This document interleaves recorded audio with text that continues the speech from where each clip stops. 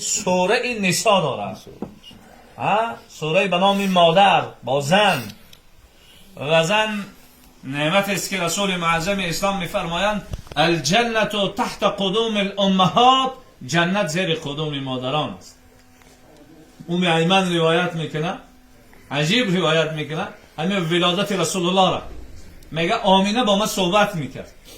آمینه گفت که ایمن من هیچ مشکلات ندیدم. گفت همه زن که حامله شه و مشکلاتش بسیار میشه.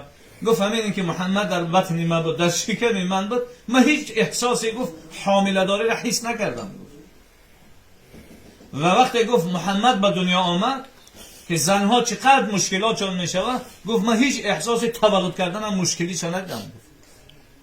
و همون فهمیدم که از شکم من گفت یک نور به دنیا آمد. و دویم گفت چشمم دید که وقتی محمد گفت تولد شد همین تو به دست داشت.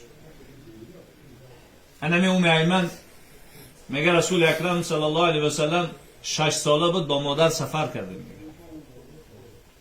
در راه آمدیم میگه مادر رسول الله از دنیا گذشت. من اینقدر میگه قبر کندم که مشکلات و پریشانی میشه. گفتم محمد جان بیا من یاردم بکن. میگه در دست رسول الله یک تیشچه بود، هر بار در زمین میزد یک کلمه میگفت امی مادر جان. خب میگه قبر کندیم، کودک نمیمونه که مادر در درون قبر بمونه. خب علاج کردیم، میگه کودک از زیر خاک کردیم.